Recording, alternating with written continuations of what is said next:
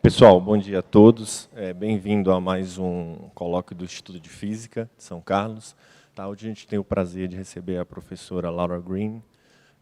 Eu não vou fazer a apresentação da Laura, porque esse colóquio ele faz parte de um evento, tá, que é Ciência por Elas, organizada pelo SPY, Student Chapter.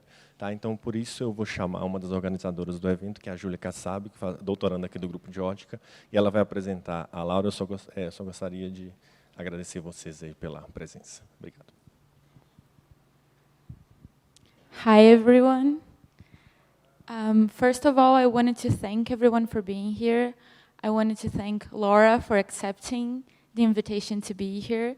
And I especially want to thank the organization of the colloquium for allowing us to use the time and space of the colloquium to do this. It's a great pleasure for the chapter to have Laura here.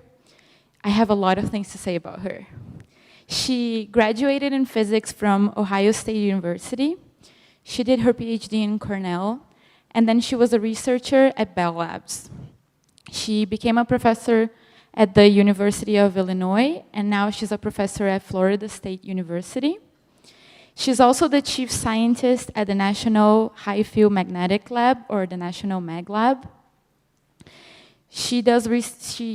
Her research is mainly on unconventional superconductors. I'm sorry, he wrote it, and I'm... Yeah, as she said yesterday, you can Google her. Her Wikipedia page is amazing. Something else I wanted to say about her is that she was the president of the American Physical Society in 2017. She's a member of the National Academy of Sciences, and she's won many awards, like the Guggenheim Fellowship, the Lawrence Award. Well, as I said, check her Wikipedia page, it's mind-blowing. So once again, Laura, thank you for being here. I'm going to give you the mic now.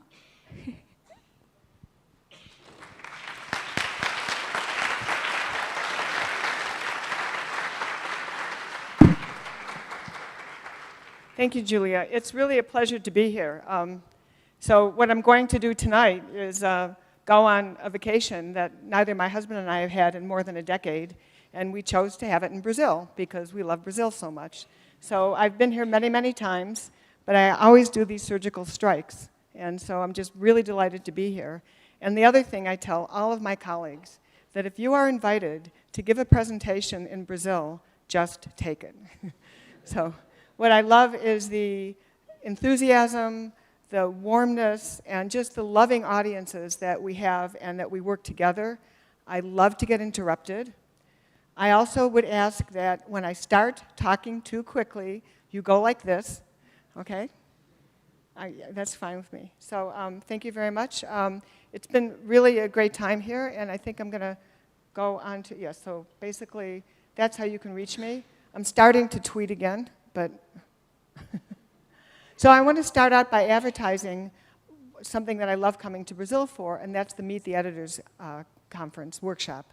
And it's to help, I actually give lectures on this all over the world for something called Coach, which I'll tell you about in a second.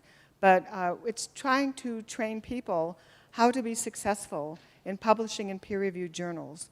And it's very useful. I love doing it, and it's very useful. And there's going to be another one that I'll be going to, and it'll be late October, early November in Campinas and Natal in 2019. Carlos Agues doesn't have the date yet, so just keep emailing him and annoying him to find out when the next one's going to be. Okay. So here's a very informal outline. I'm much more comfortable giving a physics talk than doing one of these. You probably can't tell, but I'm shaking. So bear with me. What I'm going to do is talk a little bit about, well, some of my personal journey, and then I want to bring in some data. And what I didn't add here, what I added this morning is a reference to the new consensus report of the National Academies on sexual harassment in the workplace. And then what I want to do is just stop. And I did this in Campinas a couple of days ago, and we had a wonderful, lively discussion, and we all learned from each other. So I'd like to really go ahead on that. So I guess I have to start out with me, and that's what I have this for.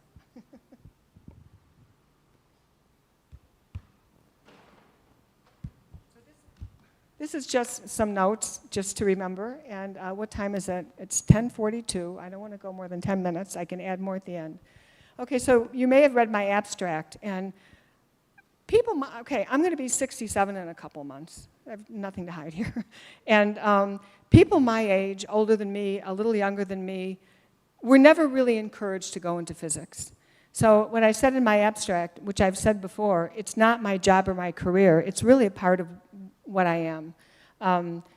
I remember from a very, very young age, I had questions looking at the stars. You know, I didn't start out wanting to do superconductivity. But you know, you get drawn into science because of the space program or looking at the stars or whatever. It doesn't matter what brings you in, but I got addicted, and I call physics seductive and consuming. And that's just how I felt. I knew I would never, ever get a job in physics. I knew it. I was told that from day one. My mother was very encouraging until I went to a 5th grade summer school in science, and she came to see it once, and I was the only girl, and she didn't want me to stay in it. But I didn't even notice I was the only girl. So that was some of the things that happened. I think people my age had to put up barriers. And I've mentioned my husband is a musician. And you don't go into music career unless you really have a calling. You don't become a priest unless you have a calling. You don't, in those days, you don't go into physics to make a lot of money or that you're sure of a job. It's going to slow you down another career path, and you do it if you have a calling. So that's pretty much what I did. So in elementary school, I read all of the books on science, and they ran out, and then they gave me, okay, honey, take this other book in Mrs. Pigglewiggle, which I liked, but what I think happened is I was really discouraged. And I still remember, I mean, I loved math. I loved math puzzles. I was about 14 years old, and I was taking a math class. And I still remember the problem, so I pretty much did it in my head, and I wrote down the answer. And I was failed in that course because it was assumed that I couldn't do that, and I must have been cheating, right? So, you know, these things happen, and you can only fight so much, and you just continue going, and I didn't really put up much arguments at all. This is going to keep going out. Okay, I'm going to have to remind myself. But I persevered, and in high school, what I did was music. That's what I did all the time. I sang, I played guitar, I had 3 or 4 performances a week. I was in synagogue choirs, church choirs, high school choir, rock bands, folk bands. When the moon is in the sun, never mind. So, yeah, I'm that old. Okay, and but I did terrible in high school. So I went to Ohio State. I was raised in Ohio because they took everybody, and they expected to flunk you out. And then I got involved. Well, let me tell you a little bit what happened was I got to Ohio State, and my mother didn't want me to major in science, and I didn't know what it meant to major in science. My parents were immigrants. They weren't educated. My father was a salesman. Wonderful people, but, you know, we didn't, you know that much about science, etc. My mother wanted to educate her daughters. That was tradition in our family. So they sent me to Ohio State to be an elementary school teacher. Okay, well, I have a lot of kids, but I'm not that crazy about kids. So, so I was in the physics building at Ohio State. Oh, I went to the engineering college because I had no idea what engineering was. And I said, what is engineering? Can I major in this? Is that like science? And they said, honey, don't bother. When you get your degree, they're going to ask you if you can type. This was 1970. This was pre-women's lib. It was completely legal to say, we don't hire women.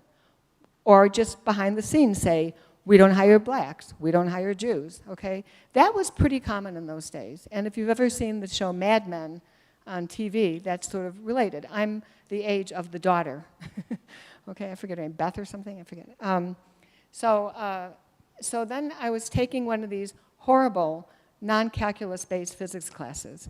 I've taught a lot of physics classes, and I don't mind teaching the general how do things work course or, you know, thermodynamics. I love those things, but the one that I really hate is the non-calculus-based physics courses because it's pre-med majors and they want to like kill each other for a grade. So anyhow, so I was taking that course, and I enjoyed it actually. Taking it is better than teaching it. And I was walking through the physics building, and you know how something really bad or really good happens to you and it's burned in your brain? Okay? If I had to tell you exactly what year it was, exactly what date, I couldn't tell you. I couldn't, except I knew I was at Ohio State. I probably couldn't even remember that. But I remember, I could see it now, a sign that said, physics majors, fill out one of these forms. Ta-da! Okay, so I just, oh, wow. So I filled out one of the forms, and I gave it to the receptionist, and she walked me back to meet the chairman of the department. Hi, nice to meet you. You know, and it had a profound effect on me, because I'd walked around the physics building, and I'd seen posters. And the other thing that happened was I got into this, I didn't have enough background to take calculus. So they put me in an accelerated trigonometry class. And I got, this is when the ADHD helps, right? I would sit down and start working problems, and I'd never had so much fun. It just transcended me to another planet, like music will do to you. I was just gone. And my girlfriend Arlene would kick me and where we were studying. She said, Laura, you haven't put your pen down for 4.5 hours, you know. So, you know, I loved it. I couldn't get enough of it. And so I was in this class. I filled out this form. This is an interesting story, too. I called my mother that night, and I said, Mom, I want to tell you, I've decided to become a physics major. And her answer was, by the way, this has a good ending. Her answer was, and she was, even though she didn't have a lot of education, she did a lot of reading. She liked to go take, you know, courses at the local college. She said, quote, honey, I can't support you then. We can't afford to breed educated women. And it was, you know, I'm worried you won't find a husband and you won't find a job. Okay, she had a point there. I got married the first time at 37, so I never thought I'd get married. And so, yeah, surrounding yourself by a bunch of physicists isn't really the best dating service. You know, I was a little upset, but I went out and got some scholarship help, and I got jobs, and I pretty much, what you can do in those days, because college was affordable, I worked my way through college. But I have to say she did change her mind. And she tells me a story which I actually don't remember very well, which is when she changed her mind and became incredibly supportive, was when I took the bus from Columbus, Ohio to Cleveland, where my family lived, and she picked me up at the bus station, and she asked me how it was going, and I burst into tears. And she goes, honey, why are you crying? And my answer was, I know I want to do physics, but I can't decide what kind of physics. And it's true, right? I mean, you start taking these courses and you're a kid in a candy store. High energy, nuclear, bio, condensed matter, quantum electrons, semiconductors. It's all like, yum, you know. So it's just, you really don't know where to go next. So I did get my degree at Ohio State, and I'm going to keep looking at this. And I was afraid to go to graduate school, just scared. I didn't have the confidence. The other thing I want to say is I think on a whole, you know, we know different people learn differently. I think men learn a little differently than women, depending on your background, depending where you are on the spectrum. That's my favorite word now. It's this Asperger's, you know, that it's being studied all the time now. All physicists have it to some degree.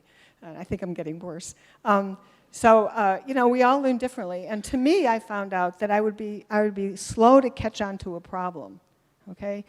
But then when I got it, it was, as my thesis advisor would say, in the belly. You know, you really had it. So when I remember I didn't understand second quantization, I couldn't follow it, and then I had a dream about it. And it kind of gelled, okay? The dream's weird, but never mind. So So anyhow, I also had a physics professor. These deviating paths, when parents tell me or students tell me that there's deviating paths, you know, it all adds to it. So one of my professors in nuclear physics who taught E&M, Professor Phil Jastrom, was an amazing professor. But he also deeply believed in parapsychology, you know, reading people's minds, moving matter, et cetera, et cetera. So I thought, maybe this is an area I could go into. So I wrote J.B. Rhine and Louisa E. Rhine. These are people that coined the term parapsychology. They worked at Duke University. Then they moved out of Duke University and made their own institute on parapsychology. And they did studies, and they, you know, et cetera, et cetera. So I went down there. I got a job to work there for a summer. I bought a car for $50. I sold it. This was a long time ago. And anyhow, so I did a lot of studies there. And I thought it was pretty interesting. And I did a lot of experiments, and I can tell you about them. And I was getting to convince myself. I even lectured on it at Caltech, because I was part of an exhibit. We put an exhibit together called Sci-Search about what was going on in parapsychology. I went to conferences. I even lectured at Caltech and had a discussion with Richard Feynman about it, because Dick Feynman actually was kind of interested in this. And as that year went on, and I was convinced that Stanford Research Institute figured out several of these things, something called remote viewing and working with Uri Geller, it was the great Randy, okay, a magician who I got to know well, that showed us it was all tricks. Not just tricks, it was something that's important to science. This was a real learning experience. There was two kinds of things going on here, and this happens in science. One thing is that people were fooling themselves. They wanted to believe it so much, they were making statistical errors, not because they were stupid or evil, but they parked their scientific method at the door. In physics, Ernst Langmuir called that pathological science, okay? That N-rays, the guys that thought that they saw N-rays, weren't lying. They just made a mistake in their scientific method. I do a lot of studies in this, by the way. I think it's really interesting. This helped me, getting lost in parapsychology helped me understand that. So we know how to defend that as scientists, because we have peer review, we give talks, and we try to ask each other, et cetera, et cetera. But there's another end of the, I'll call it the spectrum, but it's not the same spectrum, which is direct fraud. So the director of the Institute for Parapsychology, just before I got there, was fired because he was caught. They put electrodes in mice that they're supposed to choose a number to get food. I don't remember what it was, but it was some kind of thing. Could the mice do this? And he was caught touching the electrodes together to get more data, complete fraud, because he knew he was right and he needed the funding. There's several examples of that in physics. There was the Shun case. There was, what was the other case? The guy who, element 118 and 116, I'll remember. But it does happen where people are caught doing fraud. And so I've studied this a lot now, and it's something I'm very interested in, that I found that in science, you want to keep the evidence base as much as possible. And it's very hard to do that. And physicists have very little defense against direct fraud because we're so trusting. And that was a big learning experience for me, that the great Randy was able to find these tricks that Uri Geller did and find all these problems, and the physicists at Stanford Research Institute were completely fooled. So all these things are learning experiences. So then I got the job. I was afraid to go to graduate school, so I went into aerospace. I got a job in aerospace. It was Hughes Aircraft Company. And so I went over to, it wasn't basic research, I only had a bachelor's degree. It was working on what was a problem with their traveling wave tubes. So these are microwave amplifiers that go up in airplanes or go up in satellites that help transmit cell phone signals. They're used for reconnaissance, they're used for defense, or should I say offense, et cetera, et cetera. But I just worked, there was a problem with these things. And they didn't want to give me resources, and I had to demand resources. And I got these resources. By the way, working in industry in 1974 as a woman was pretty interesting. So anyhow, and this, again, this wasn't a research plant. This was, you know, a production plant, and, you know, so it was very interesting. I have great stories. And by the way, you make my best defense, which is not the best defense for young people nowadays, because I didn't have a choice to argue with it. So I always made jokes about it, you know. When I would assert myself and someone would say, that frustrated blank, what she needs is a good blank, I would mutter under my breath, that might be true, but at least I got the work done. So you just have to, you know, so I really enjoyed the time there. The two funny stories was, and they didn't bother me that much because I wasn't worried about publications. I found out that I was getting these things done, and I actually figured out one of the problems. I built a test station, I did a lot of reading, et cetera, and all the stuff. And I was writing these cathode reports bi-monthly. And I found out that my boss, since he was the boss, did this to everybody, would take my name off the paper and it put his name on it, the report, and I wasn't even invited to the meetings. So that was one of the, I don't think it's because I was a woman, but it could have been, I don't know. But, you know, that said, I really want this PhD. The other thing that why I wanted the PhD is I wouldn't get the interesting questions. They would go to the guy with the PhD back there, right? And I wanted to really get the interesting questions. And I missed it. I liked what I was doing. I loved the design. I learned engineering drawing. But I decided then to go back to graduate school. Not knowing where to go, not coming from an educated family, I just went back to Ohio State. And I had a wonderful advisor there, and that's when I decided to go into condensed matter physics. Let me give you another thing that I learned was that, and I use it and whenever a student comes to me, I just told my advisor, my undergraduate advisor, who is still at Ohio State, who, by the way, known him since 1970, he's still a mentor, which is really wonderful. I said, how do I choose? You know, I love high energy, you know, this is what I was telling you before. And he goes, go and talk to the groups and see who you get along with. And I said, what? Aren't you supposed to be driven by the physics? And he goes, no.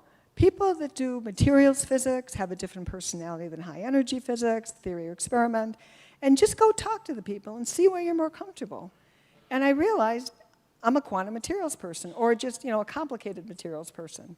And so that's how I got working with David Tanner, who is also still a friend and a mentor, who said to me, you know, Laura, you're really too good to stay at Ohio State. I think it's for me. It's okay, it's the 21st century. So I decided to apply to some places. And I applied to some places as a transfer student. One of the places I applied to was Cornell. And I got this nice letter back from Cornell saying, we're impressed with everything you've done. I had even had publications and been to meetings, giving talks, by then, by a second-year graduate student. And they said, John Reppy said to me, but, you know, we're not accepting transfer students this year. We have too many people. So I talked to my friend Steve Aretti, who decided to go into high energy physics, and I said, Steve, help me out here. So in the middle of the winter, driving from Columbus, Ohio to Ithaca, New York, we just drove to Cornell. I needed someone to help me drive through the snow. We took turns driving. I went to go see John Reppy, and I said, Dr. Reppy, I just want to tell you why I want to be here, and this is how much it means to me. And I gave him the facts and figures of why I wanted to work with Al Sievers and some other people that were there. And I still remember, you know, these things are really good. Does anybody know John Reppy? He's always doing this. He's got long hair, you know. And I drove back, and by the time I got back, there was a note on the answering that said, you're accepted. So I changed, and so that's one of the things, is that one of the things that I've learned is that go for things. Let people know that you're interested. Don't argue, don't yell, scream, just let them know the positive reasons. And why, and what I convinced them that my being at Cornell was good for Cornell. That I was bringing in my diverse ideas of what I've learned from Hughes Aircraft, from, you know, Ohio State and different places, and why that information, what I've learned, will help Al Sievers' group. So it was great, and I had a great time in graduate school. It was very intense. One of the things I loved about Cornell is, it was very high-powered, and the graduate students really were supportive of each other. There was almost or about 300 graduate students and 4 women. So I just said, oh, there weren't women at Ohio State. I said, this is great. So we started having lunch together every other week. And then the people in Campinas really resonated with this. Professor Kotz went to one of us, Patty Drazel then, now she's Patty Sparks, and said, Patty, what is it that you gals talk about? And Patty said, we talk about physics. We did. We talked about physics. Maybe we talk about you're tired or something happens, but we basically talked about physics. We did not talk about harassment. We did not talk about sexual misconduct. We talked about if we were dating somebody maybe, but God, it would be nice. I was too busy in graduate school. I always said that if 5% of the stories about me were true in graduate school, I would have had a much better time in graduate school. But anyhow, so we didn't talk about that. But we did start when that was like a key, and Patty said, let's get together. Let's start doing this. It's reasonable to do this. We've got a group of people who are alike. Let's start having lunches together every other week. And we opened it up to postdocs, undergraduates, chemistry, material science, engineering, and it grew to a fairly large group. And what we did, and this was, when I look back at it, I didn't realize how important it was for me at the time. What we did was we'd either bring lunches or, pass a ditch or something like that, and we would take turns giving talks. So sometimes we would talk about a physics problem, our research, a recipe, gypsy moths. It didn't matter. Just you're standing up in front of a friendly audience and practicing. And it was great. It was really wonderful. And, one of them we'd have to say, that was interesting, but maybe you should, reminds me, but I have to, she was terrible at giving talks, and now she's okay, she's got a great job. But I now have to talk to the young women and say, well, some of my personal journey was an overview of some programs from some women in science and society, So now I have to work with young women and make sure they give better talks. That's part of the training. But what happened is I ran into Patty about 3 years ago, or 4 years ago, and in 2017, I had no idea that group was still going on. I just didn't know. It had been going on, and we had a 40-year reunion. And I just thought, wow, this was so cool, and we had a great time. And I think that really helped. The women in Campinas actually have a group now, and the younger people are saying that it helps. What I like to say about getting my PhD, I got through because of my girlfriends and my gumption. It wasn't easy. My thesis advisor, we get along great now. He had never really seen a woman in physics, let alone his lab. He'd seen them maybe from a distance. Cornell was really behind as far as diversity. They still had rules about, women and men being married, and, there was all kinds of problems, into the late 60s. So it was really behind the times as far as diversity goes. And it was a different kind of sexism where he wanted to look like he was supportive, but he just didn't trust it. And he would look for errors, and it was very difficult. And I went through a very difficult time with him because he sat down with me about a year before I graduated and said, he looked at physics as his temple, and he was, one of the people that prayed in this temple. It was his whole life, more than his family or anything, which is what some scientists do. And he sat down with me and he goes, Laura, I cannot recommend you for a job in physics. You're just not good enough. And of course, I went really depressed, And so I'm applying for places that he would support me in oil companies. And I have to say, I actually do like industry. But I really, at that point, I really wanted to pursue something that had a research element in it. But anyhow, I said, well, I wasn't, what I always said, I was in physics this long. Every day was great. If I have to leave now, I got in a lot longer than I ever thought I'd be in. Okay, so low expectations. So the Bell Lab, this is another thing that I like to tell the story because it helps you reach into, run into problems, not just because of diversity, but any kind of problems. To remembering a time when you overcame the problem is really useful.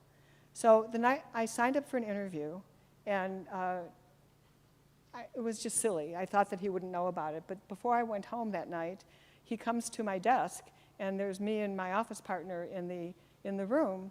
And Al basically tells me, and I remember these exact words, that he's going to make sure I never get a job at Bell Labs.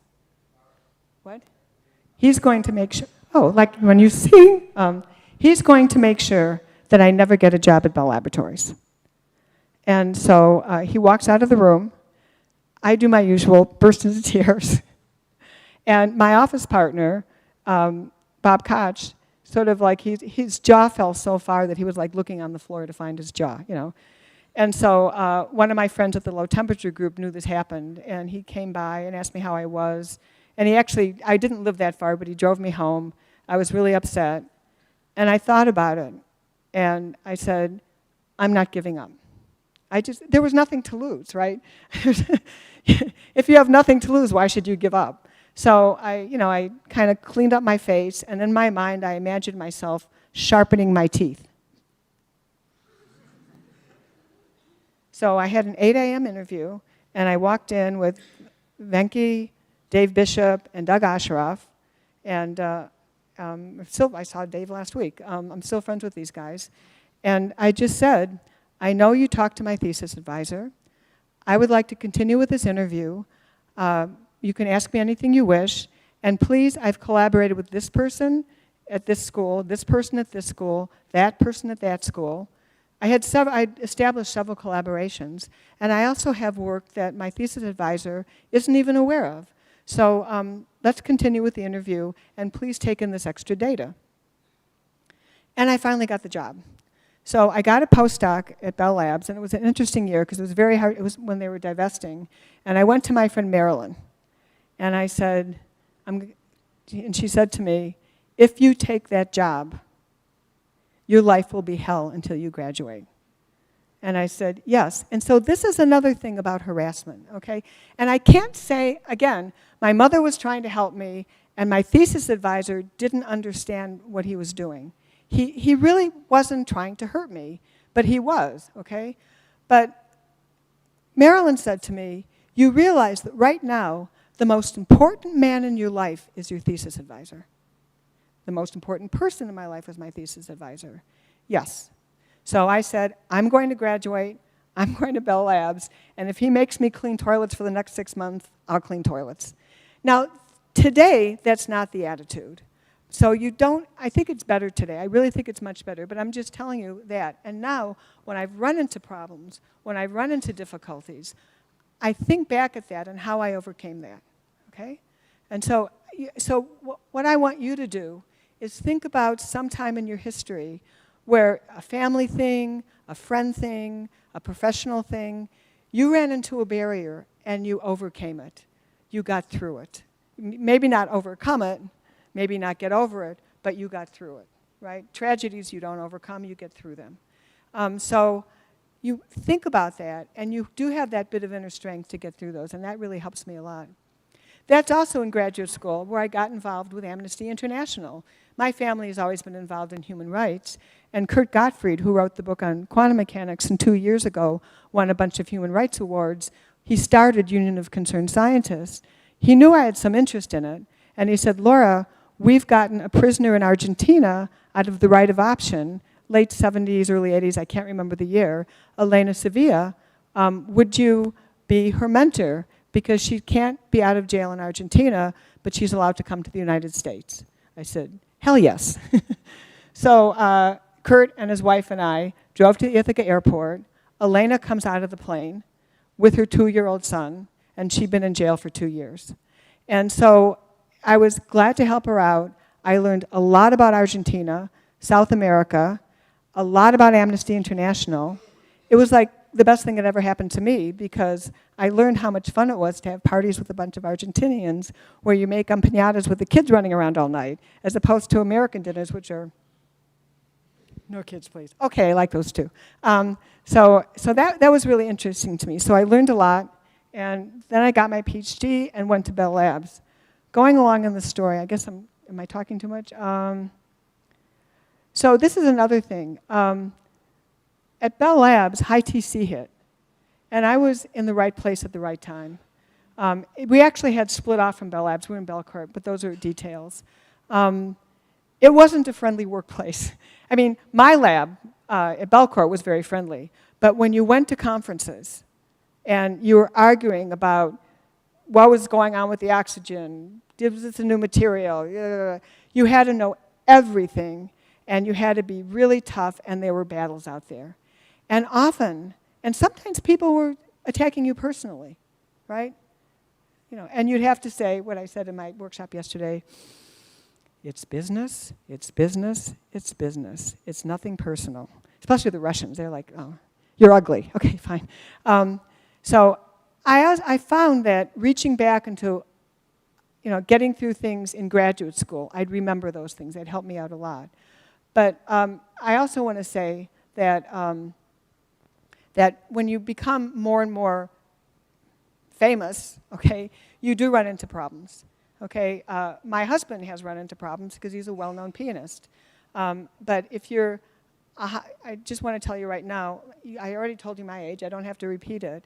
But one of the things I've learned, and I've brought up with something when I show you the National Academy report, is that when you're highly accoladed, talk too much, I'll just say, you know, powerful, and for academia, I'm well paid. And you know, when you reach the higher levels of academia, even in state schools, you can get decent money. Women in physics, and frankly, any underrepresented minority in physics, and it's also true for, thank you, it's also true for other areas, but I know physics better. You can be seriously harassed in a way that doesn't look like sexual harassment. And like I said, when people said stories about me in graduate school, this stuff still happens now, only now there's the World Wide Web. So what happens to my husband and to me and to people I know, things go on the web that just aren't true. And you know, not only did I decide not to do Facebook again after the Pittsburgh tragedy, but after the horrific happenings of yesterday at Christ Church, I still think that those guys ought to go to jail. But anyhow, so we don't need to go there. We're all really sad and depressed about that tragedy. So I just thought I'd throw that in there. So I didn't really do a lot of outside stuff. I was a lab rat giving talks, but I was on the bench until I went to became a professor. Then I had to worry about students. So I got more and more involved in diversity. So it was more like teaching big classes, being supportive, and then I got involved in more diversity stuff through the American Physical Society. I'm just looking at my notes here. About 15 years ago, I got involved with the coach program, which is giving you know, workshops all over the world on the empowerment of women in science. This was started in 1994 by Professor Geraldine Richmond from University of Oregon. She would do this for chemists at American Chemical Society meetings.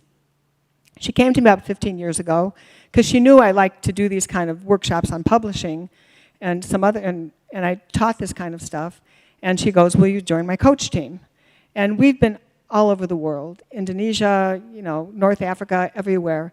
And it's been fantastic. One of the reasons I wanted to do this was, and one of the reasons my whole theme as president of the American Physical Society was science diplomacy and its application to human rights, was because what I've learned through these travels.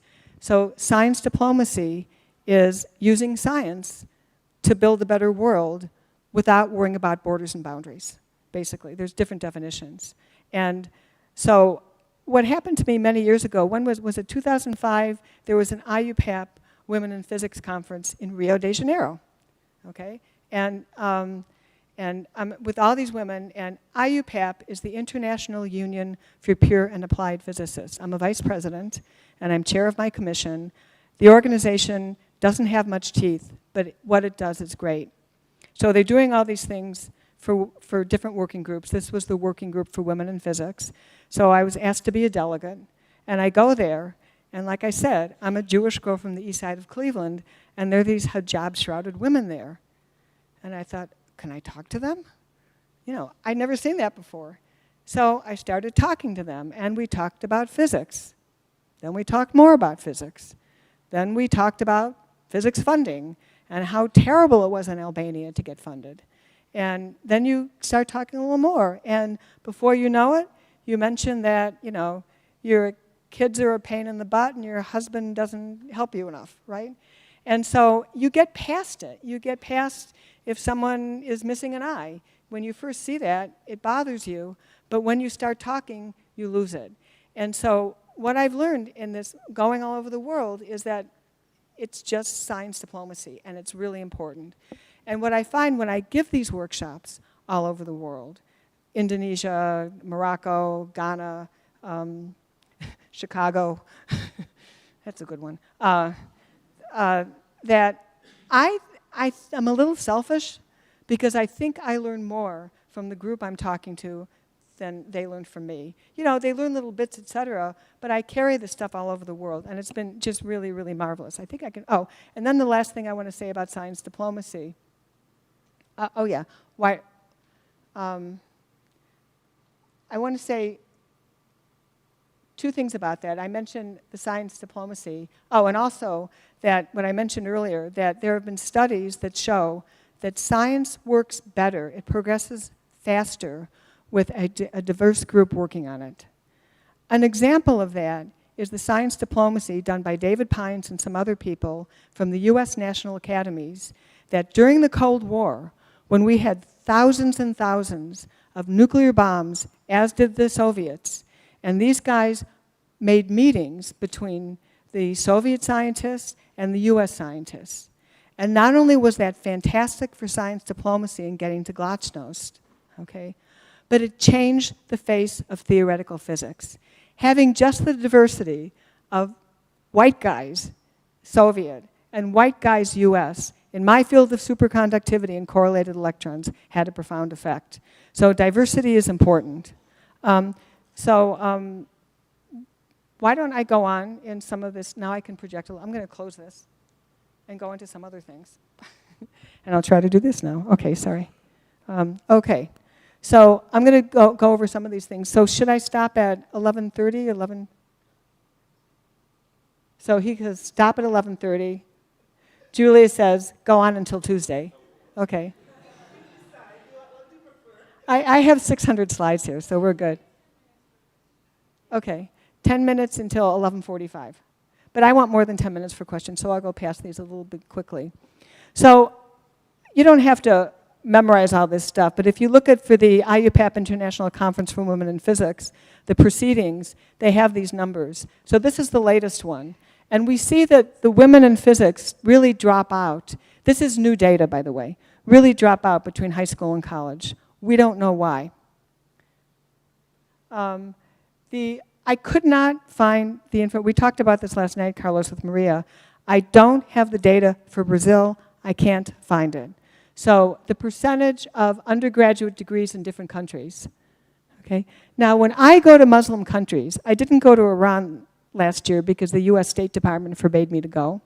So read my back page. But I found in Oman, Morocco, Tunisia, and some of these places, the Muslim countries, the women there, when I go there, they tell me they don't feel they have a problem in the workplace. They feel they're respected in the workplace. And the numbers kind of bear this out. Look at Albania and Iran. Now, I will tell you another thing about India. The women do have a problem in the workplace. It's a highly sexist society. But the women that are there are just amazing. And sometimes it's depressing to go to India to see what they have to deal with. I mean, it's hard in the US. And I'm sure it's hard here, but it's really hard in India. And these women are all heroes. But you can see it's not that high in the USA. We don't know why. We have guesses. Now, I just want to tell you that if you want to go online, the American Physical Society, and all of you can do it, and you can find out about many of these programs that the American Physical Society has for women. And there's several, like Women Physicists of the Month, and there's a lot of workshops, etc. One thing that is really, really exciting is this, APS started working with this in 2012, the Conference for Undergraduate Women in Physics. So it's now grown to 13 sites. So if you want to go, those are the sites. You can look this up, aps.org/QWIP, and see where the sites are. I think you should, department chairs, I think you should consider applying for funding or getting funding to send a few women there.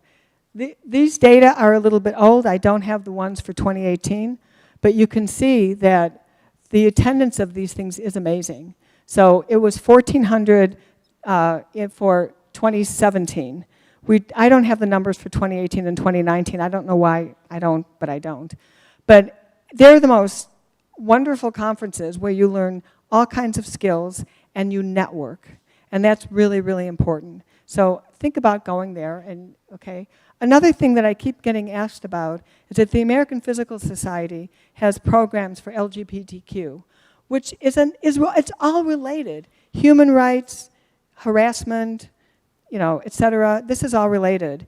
And I was very proud when the United States, some of the states had these bathroom rules, remember? And so the APS pulled their conferences out of those states because as a membership organization, we have to keep our members safe. And so I was very proud of the American Physical Society for doing that. Societies work against harassment, and almost every society now has a code of conduct. There's still no teeth in it, but we have a code of conduct. I'm on the board of the American Association for the Advancement of Science, or the AAAS, and we recently went through council. Council just approved a revocation policy for AAAS fellows. I know all the details. It's incredibly weak, okay? It's not, but it's a first step.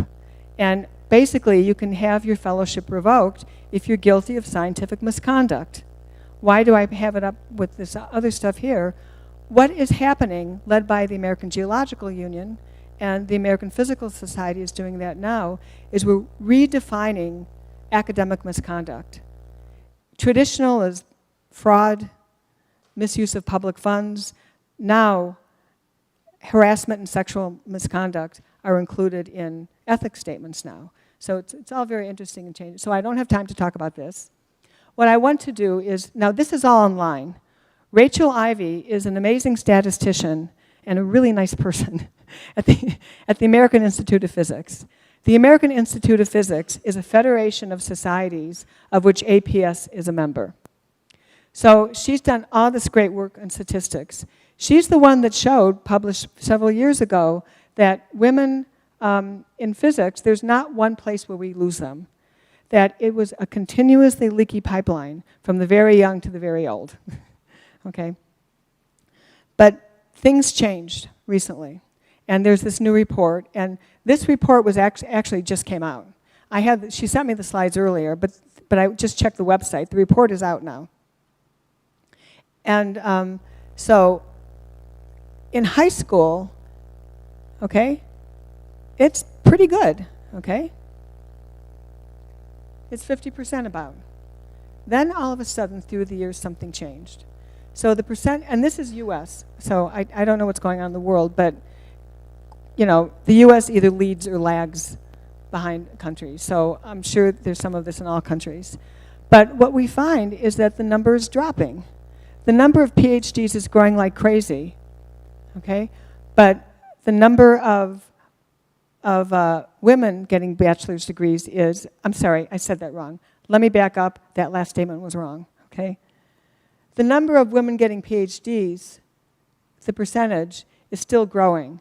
But that's going to change, because what we've found is that the number of women getting bachelor's degrees is not increasing very fast like it used to. But the number of men getting bachelor's degrees in science, or let's say the total number of people getting bachelor's degrees in physics, has grown a lot. We've seen it in a lot of our universities, that the undergraduate programs are growing like crazy. But it turns out the women aren't growing as fast. And what that means then is that the percentage of women that are getting bachelor's degrees is getting lower. So that's going to go into the future. So the number of women in physics, the fraction, the number might go up, but the fraction is going down. And that's the PhD. I don't know, I forget what the dip was. anyhow. And then you can see that if you look at all fields in biological sciences, it's not bad. It's over 50% in some areas of science. But in some areas like physics, look at this. Physics and engineering. And then, you know, computer science went down, and Carlos has an argument about that. I don't know why. We can talk about it. I have theories, but I don't know why. When you follow any direction, mathematical ability, etc., it doesn't work. So it's just very interesting. And here's another example. PhDs weren't by, where's physics? Physics, okay? And here's biological sciences. Is this my last slide? I can't tell. Oh, yeah, okay. So I want to end with recommending this report here. And thank you. So this is a fantastic report. It's a consensus report. I just finished a decadal survey in materials research, and we had 24 scientists working 26 months. And a consensus report is you all have to agree on the findings and recommendations. Could you imagine getting 24 physicists agreeing to something that's this thick? No, okay. Anyhow, this was a consensus report, and it blew me out of the water, and everyone is focused on this now. And this is the line that I pulled out of the summary. In the academic workplace has the second highest rate of sexual harassment at 58%. The military has the highest at 69%. So that tells me one thing. That tells me that harassment and sexual misconduct in academia has nothing to do with sex. It's all about power. Henry Kissinger, what?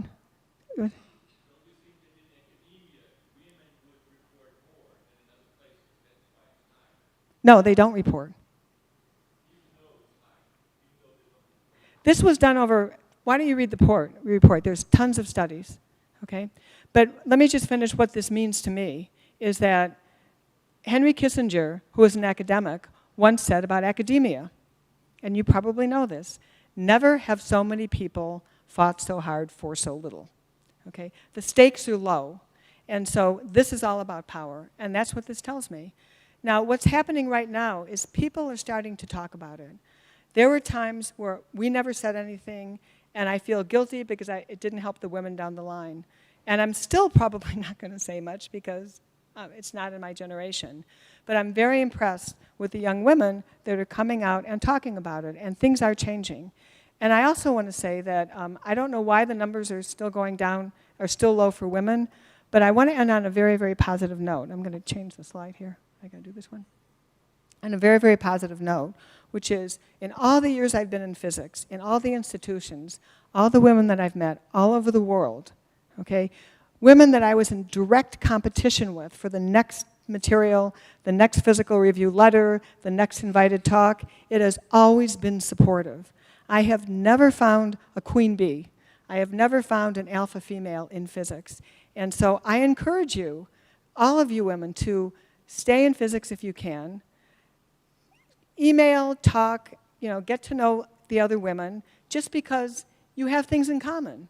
And when you run into difficult problems, what we used to do in person, and now we're too busy, we do it electronically. You go, oh, tell me your story. I'm sorry, by email or whatever you guys use nowadays. And then, give her a hug, and then turn her around and push her right back out in the workforce, okay? So I recommend that. It's been a marvelous, it's great, and thank you very much for your attention. I'd love to hear some questions.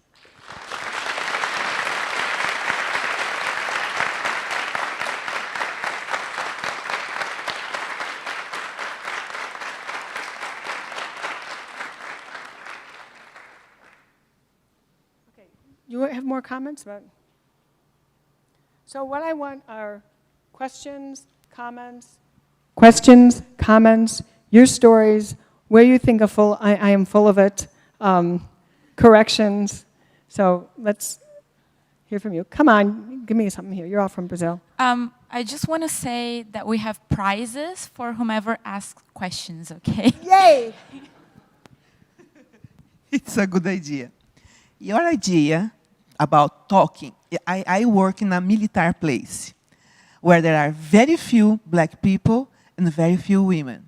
Your idea about call them to talk, just to talk anything, they are not physicists, it's an engineering institute, but your idea about call them, talk about everything, because not only physics, they are not physics, but your idea about to meet, to talk, to have lunch together, as you did, is wonderful. I think I'm going to do it in my institute. I'd like to know what happened.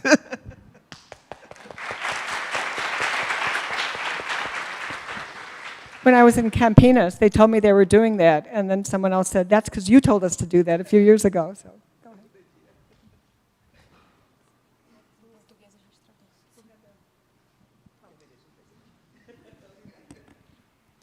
Hello, my name is Luisa, and I study informational systems, and there's like 2 girls in my classroom, and I think it's like very hard for a girl to get into technologies and to believe you can do this sort of thing, but I think it's also very hard to keep studying it, because I see that like I live with eight women, and 4 of them used to study technology, and they gave up because of the environment we're in. And I want to hear you talk about like how do you think we can change this? Like what are the ways we can support each other and make it more like acceptable?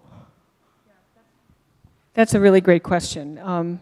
That's something I've really thought about a lot, and we need more input from young people like you. So certainly getting a network.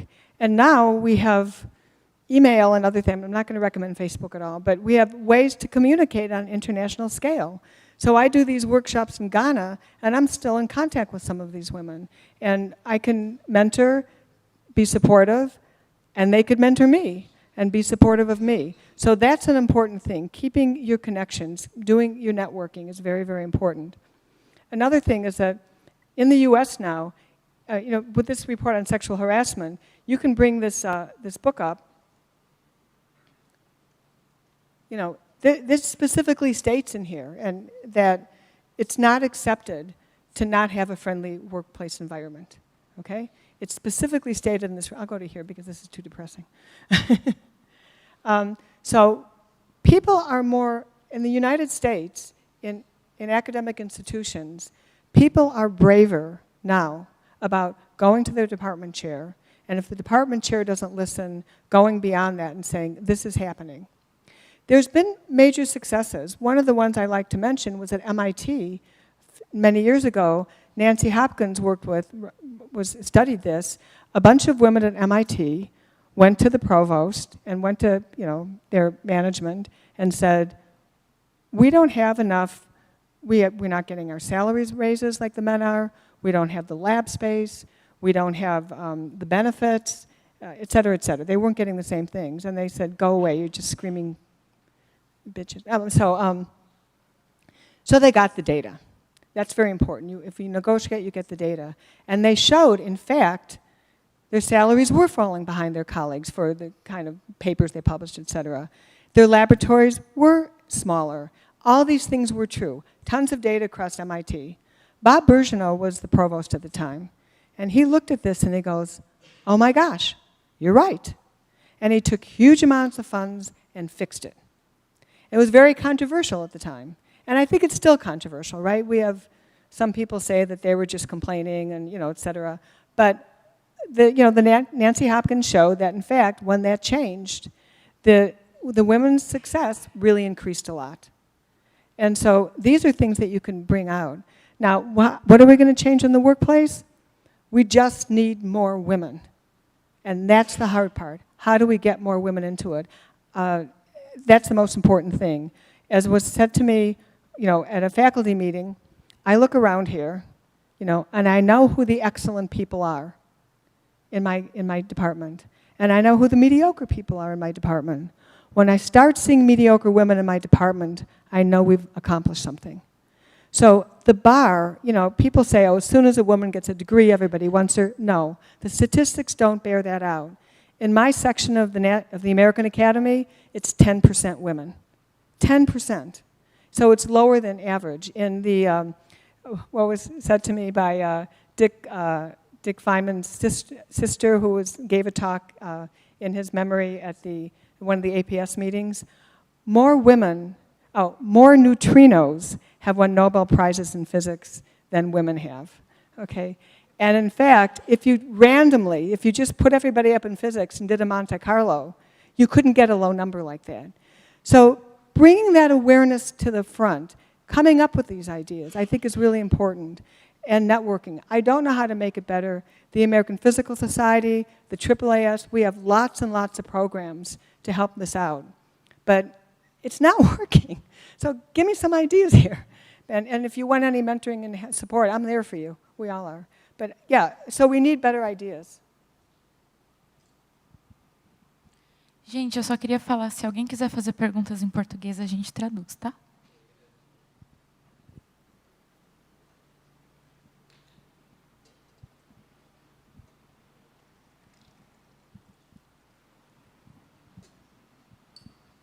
Hi, I'm not confident enough to ask in English, so I'm asking in Portuguese, and I asked her to translate for me.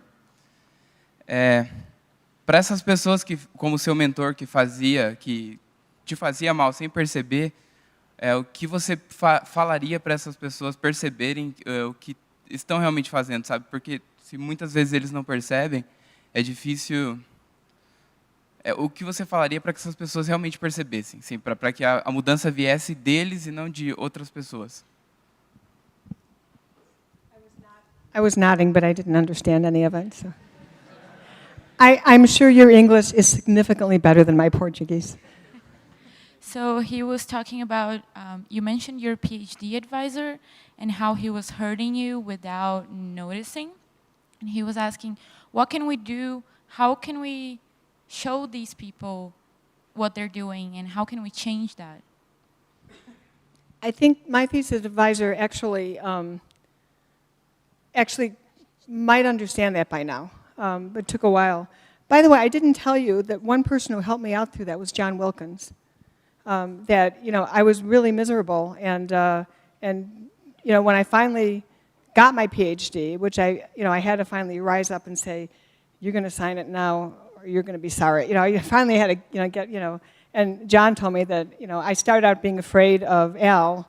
By the time I graduated, Al was afraid of me. So that was really true. So how do you do this? I think what you do is, which I talked about in some of these other workshops, and some of these management skills are good for students too, which is you have a conversation. You sit down. What I should have done, should have, would have, could have, but I didn't know anything, and I was a scared rabbit in those days, and a minority, and what I should have done was sit down at the table with him and say, if he says, we're going to make sure you never get a job in physics, well, that was too big of a blow to respond. So what you do is you have a pause. This is what I should have done. You have a pause, and I felt very, very emotional, so you can't stay there. And you say, thank you very much. I need to go and think about this. I'll get back to you. And then you get the data. So you go back and you show him the experiments that you did. I mean, we lose sight of this. I love writing merit reviews, because by the time the end of the year comes, I think I haven't done anything, and I did this badly, and I spread myself too thin, and then I have to write my accomplishments, and I feel better. So do something for yourself. Sit down and write down your accomplishments, okay? And maybe you can talk to someone else and get a quote from someone that said, Carlos or someone did a great job in this data analysis and helped me in my experiment. That, he taught me how to run this machine. So get the data. Not overwhelming, just the really important points, and then go back and say, Mr. Professor, or Mrs. Whatever it is, Professor, I'd like to discuss this with you again, that I would like to, I still want to consider to get a job as a postdoc in physics, or a real job in physics. So I have these data here, and I'd like to discuss these with you. And then he'll say, no, you're gone, that's a possibility. And then you might come back with more data, or you might give up. This whole, you have to figure out how to negotiate. Or he'll say, let me think about this. And you might open the door. So maybe it's not physics. You just have to put things on the table. I don't want to talk too long. but I did nothing except work behind his back with the Bell Labs people, okay? That is one negotiation style. Nowadays, I would collaborate with him and say, I'm this good, and when your PhD student is this successful, you will look good. And in fact, I was worried he wasn't, when I was looking for jobs, when I was done with my postdoc at Bell Labs, I was looking for jobs. I got a job at Bell Labs, that was great. And Al found out I was looking for jobs and I wasn't asking him for a recommendation. And he calls me up and goes, are you crazy? You were my student, you have to ask for a recommendation. And I said, I'm worried about it. And he goes, I want you to succeed. You know, and he was very supportive. I got over that barrier, not by discussions with him. I think it could have been done better. So, that's sort of a skill of just put it on the table. So, I think there was a woman back there too. Did you raise your hand? No? Oh, I thought you did. Sorry. Love the shirt. Thank you. It's from the chapter we're organizing the event. Yeah. Thank you. Just advertising. Thank you very much for coming and for your lecture. And Pleasure.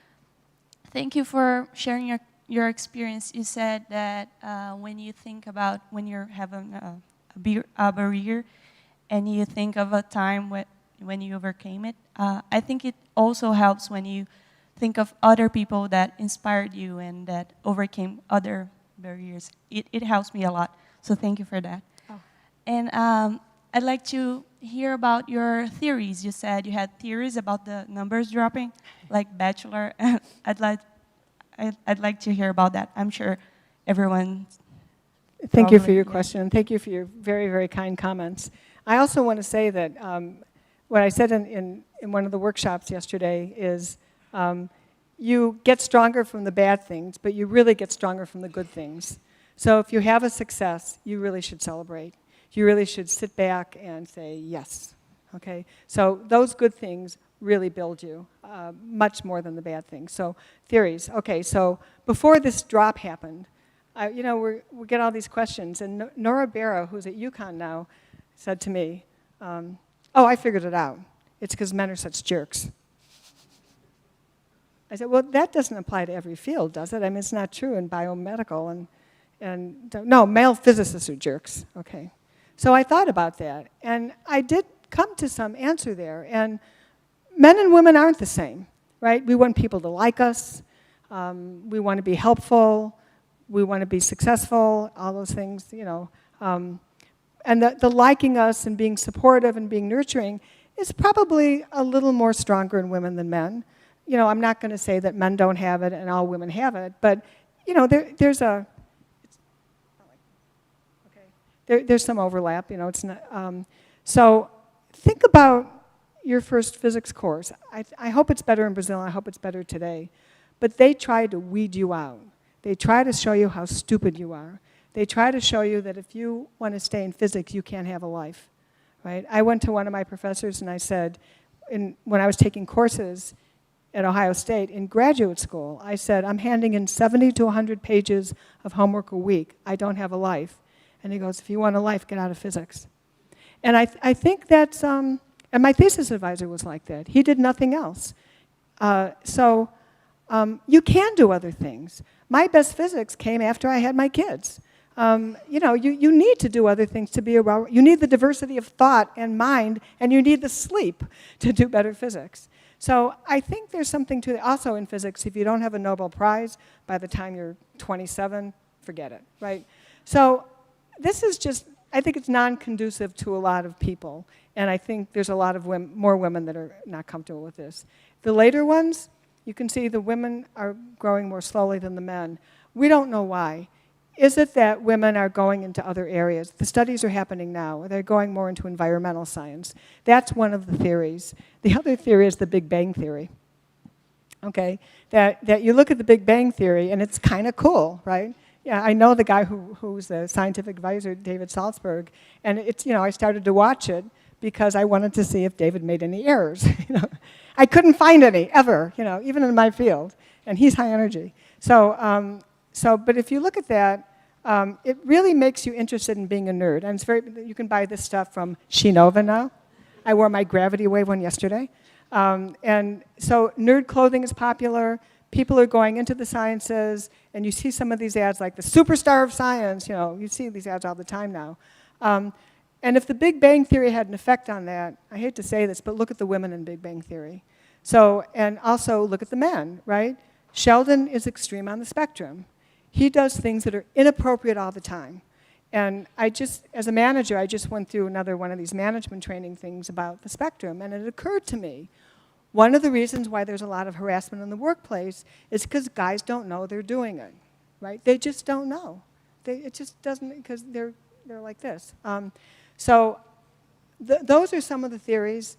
They're vague. I don't know the answer, but those are the things that we're kind of sharing. And I think if we can, one of the things we have, if you look at the APS website, every month there's a woman in physics featured, okay?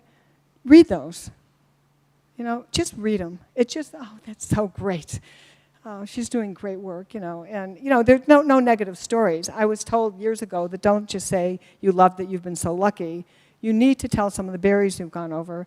And you know that everybody in physics, men, women, and every other gender, has gone through barriers in physics for all kinds of reasons. And so it might be a little harder if you're an underrepresented minority. It definitely is. But, we've all done it. So let's share our stories and try to work on this. Hi, my name is Anna, and as you told us, when you got into the physics world, you had some kind of difficulties about the subjects. You couldn't get things so fast, and as a woman, with all the sexisms, with all the barriers that you had, how did you overcome all of these barriers? Did you go help, study more? What did you do? Oh, yeah. So so like I said, I got through with gumption and girlfriends. I just didn't know how to say no. I'm just a girl who can say no. So anyhow, but I did work too hard. I still work too hard. Although now I make sure I get enough sleep. So I never got enough sleep for years and years. I'm sure it took years off of my life. But I do work too hard. And this undergraduate advisor who I recently saw at the March meeting, I was at the March meeting. I had just finished the decadal survey. I was doing all this stuff in the next week. Not just here, but I was doing all this other stuff. And he says, why are you doing that? Your age, you should listen to the birds, And he reminded me that he told me, it's this imposter syndrome, right? He reminded me that he said to me when I was an undergraduate, I think I have figured you out. People say, that Laura Greene, she may not be very smart, but she works like a dog. So that's not the right way to do it, but I couldn't stop. I really loved it. And my girlfriend Marilyn, who I said, we both admit that we wouldn't have gotten to graduate school, through graduate school without the other one. It's true. I just love her to death, and we're still in contact. I saw her twice last year. She dedicated her thesis to 2 women, and one of them was me. I dedicated mine to my mother. She became extremely supportive. But I forget where I was going here. But so she ran into enormous barriers. And you don't have to hear exactly what they were, but they were difficult. And she did it. And she's a top scientist working at the National Ignition Facility at Lawrence Livermore Lab. Very successful. And I don't know why, but when I look at people like Cherry Murray, I know more American, but there's, and I would tell you European women, et cetera. There's a Brazilian woman in Rio de Janeiro. And we share stories, not all of them, but some of them. And we just stay with it. And I don't know why. I just wanted to do it. And I always said, every day in physics was a success. If I lost my job today, and I had to go sell shoes, because I really like shoes, then I've had that much time, and I've been lucky. It's an attitude. I hope I don't want it to be that hard for women now. I want them, And we're seeing more and more that a woman will be encouraged to major into physics. So, okay. I saw. There's someone there? Okay. Hi, my name is Dirceu. I'd like to thank you for sharing your experience with us, your life experience. And my first question would be on the line of Clara's question about your theories, and I wanted to actually make a short comment on this, and of course I'd like to hear you about that. But I wanted to say that when you showed the numbers, you showed us and you said that it is not about sex, it's about power. And I think realizing this is so important, because when you realize it is about power, you kind of break some of the arguments people have. Oh, it's not like this, or it's not exactly like this. And power and power relations is something that people understand. Every human being can understand power relations, no matter who you are, no matter what you are. So I wanted to thank you about bringing this up in this discussion, and of course hear anything else you wanted to say about this. Well, the microphone gets handed to the other person. I will add one thing, okay? There's a YouTube, I think it's called Bob is Dead. And so this guy is found murdered. And they say, what was he wearing? He really must have wanted to be. Why was he out at that time? Was he drinking? You know. And so it's really interesting. And so when we started to work on this, I didn't allow myself to think about this very much at all, especially the harassment issues. I just didn't let myself think about it. That was my coping mechanism. But now, especially after this report came out, I'm thinking about it more, we're discussing it more. And one of the problems of including harassment and sexual misconduct in scientific misconduct is that we still don't know how to adjudicate it. And I'm an expert at adjudicating fraud, misuse of public funds. Every great institution knows how to adjudicate traditional scientific misconduct. This is difficult, okay? So I used to respond by, I say, okay, well, it has to be included, because now if you talk about the ethics of author order, things like that, it starts reaching into there, and let's figure it out. Yes, it's complicated, we don't know how to deal with it, but let's figure it out. And then what happened to me is, instead of saying how many people are accused and how many are falsely accused and the numbers are outrageous, I don't go there anymore, okay? I say, I've been falsely accused of many things in my life, okay? Some of them were adjudicated, some of them weren't. That's going to happen. What we have to do is include that in the table. The trouble with that is that if you're in a parking lot and you went to go shopping or to a restaurant and you come back to your car and somebody whacked your car and you have a big dent in it, you put it all on the table. If somebody harasses somebody or does sexual misconduct on some person, especially the women, okay, feel that they caused it. And that's not just with sexual misconduct, it's also with any kind of harassment. If someone punches you, if you get cut, and I can tell you about my girlfriends, what did I do to bring this on? Until we can recognize that the victim isn't the cause, we've got a long way to go. If we could say, that person grabbed me, that person punched me, and not feel, my husband punched me, and not feel guilty, then we've made a step forward. I think we're a long way from that, but that's where I want to go, where if someone is a victim, they don't blame themselves. Guys, we're running out of time. We're going to have a few more questions, but before you all leave, I just wanted to say Laura's going to be here this afternoon for the roundtable. So if you have more questions, please come back in the afternoon. There are going to be more people here. We're going to continue the discussion, okay? And I'll be around after lunch before, too. I'm just going to hang out. Got a bunch of fun people here to hang out with. Hey. Hi. Thank you. It's been amazing.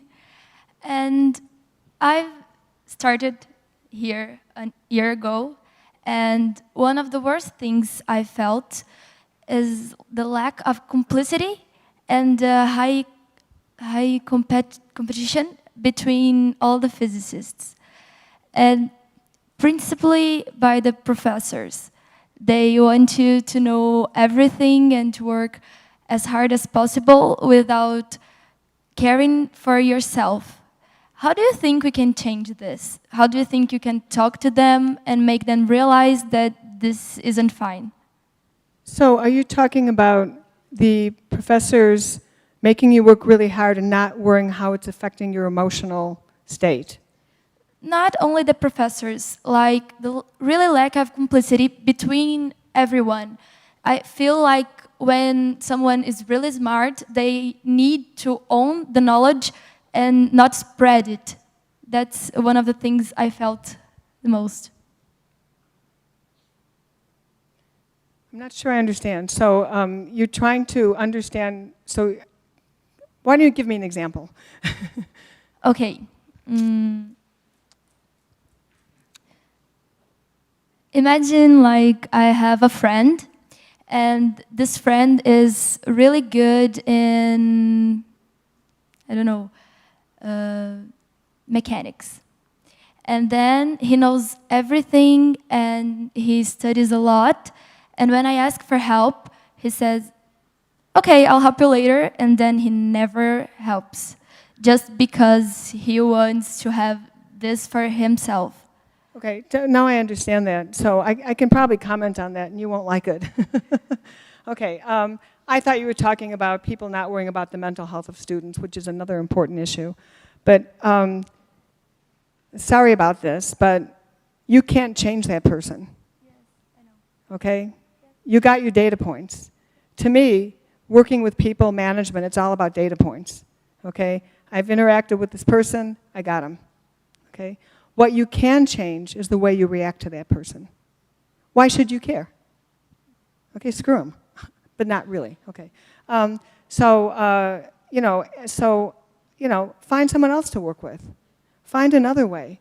You're going to keep bumping your head against this and you're going to lose. Another thing I talk about is when people send you negative energy, and that's pretty negative, like you are not worth it. You're not worth my time, right? He's basically telling you that. Any negative energy that they send to you, anybody sends to you, you have your choice to absorb it or to repel it. It's up to you. It's up to you how you react. So if someone comes at you, you're not worth helping, you're not smart, whatever it is, or I think you did this wrong or whatever, you're welcome to take it in and decide if it's worth taking in for a little bit. Or you might know the person already, you might know the circumstances, and just say, one of my friends used to draw a circle and say, you're here, and everybody's throwing this negative energy at you. You can take it in if you want, or not. Just repel it. And what I did when I was having a really hard time a few years ago, in about 2001 and 2002, I imagined this stuff, like these people that were really giving me a hard time, I imagined them as a little swirling negative energy thing. And I'd see them go, I'm just going to walk around there. Okay, we got it. And so these little techniques help you out. And you're not going to win this guy, okay? And I think in a few years, he's going to feel bad that you won't work with him.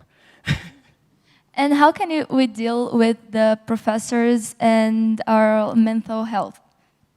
Oh, that's what I thought you were asking at first. In the United States, that's a major problem right now. One of the things I did last year was review the physics and astronomy department at University of Pennsylvania. I knew it was a problem. This is an eminent university. And one of the problems they had is it was expensive to hire outside TAs because so many of their physics graduate students had gotten depressed and had to call in sick from teaching. And it came in, I was doing a review at Cambridge University in the UK, and this is more and more and more common. So I think departments have to provide mental health support for the students. The world is just much more complicated now. It was complicated when I was a kid. It's harder now. And mental health is a real issue. And one of the things that I'm really fond of saying all the time is, you can get, your shoulder could get hurt, you can get the flu, you could get cancer, you can get bipolar, you can get depression. These are just different ways you can be ill. And mental illness is a real problem. And I think it's very important for all institutions to keep this in mind. We know I know the statistics. So.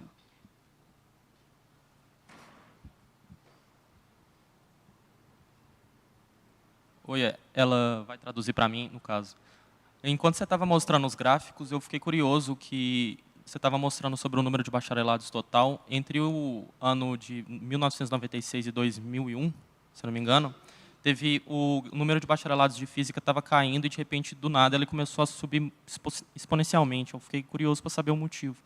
É só uma questão de curiosidade mesmo, mas me atinou. So you were showing some data about people graduating in physics and comparing women to men and other genders. And he was talking about a drop that he saw in the overall majors between 96 and 2001? I was trying to remember that. I think it's the previous one. The majors, not the PhDs. This here. Bachelors, not the PhDs. Yeah, this one. I have an idea. I can't remember what the report said, but I got my PhD in back here. No, I'm not sure.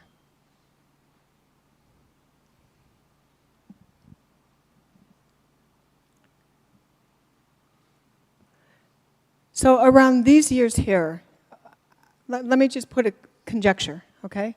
And I have to go look at the report. Around these years in here was when I was looking for a job. I got my job at Bell Labs in 83, 84. I got my PhD in 84, but I started working before my PhD. Okay, so right here, I got my PhD. I'm sorry. I left Bell Laboratories. I said that wrong. 92. Okay, here we go, right here. Now, stop making fun of me. Now I remember, okay. I'm brushing the dust off my brain cells, okay. So I left Bell Laboratories in 1992 to start at University of Illinois. There were no jobs, okay? And one of the reasons there were no jobs was because the National Academy came out with a report that was wrong. They said they hired a lot of people in 1960, you know, after the war, and science was a big deal, and everything was doing great. But all these people that they hired in the early 60s and late 50s were going to retire. And there was going to be a huge amount of jobs available for people that got PhD in STEM fields, except they didn't call them STEM at those times. What happened is that the department shrunk. The funding went down. US funding really started, I mean, it really started to go down at those times. So the department shrunk. The funding wasn't available. So when I was out looking for a job, there were very few jobs out there. And I always felt it was a little unfair because coming out of Bell Laboratories with the resources I had, I was high on the list. Had I been a regular postdoc at Iowa State, which is a wonderful institution, I wouldn't have had so many publications and so many hits, so I was in a good situation. So I'm just telling you what happened to me. But here, I believe that dip is because there really were so few jobs that people were not getting PhDs anymore. So I think that's it. But read the report. You can download it from there. I'm sorry to say we have to finish now. As I mentioned, Laura is going to be here this afternoon, so if you have more questions, you can come back. You can stick around and talk to her now, too. But I wanted to ask another round of applause for her and say thank you, Laura.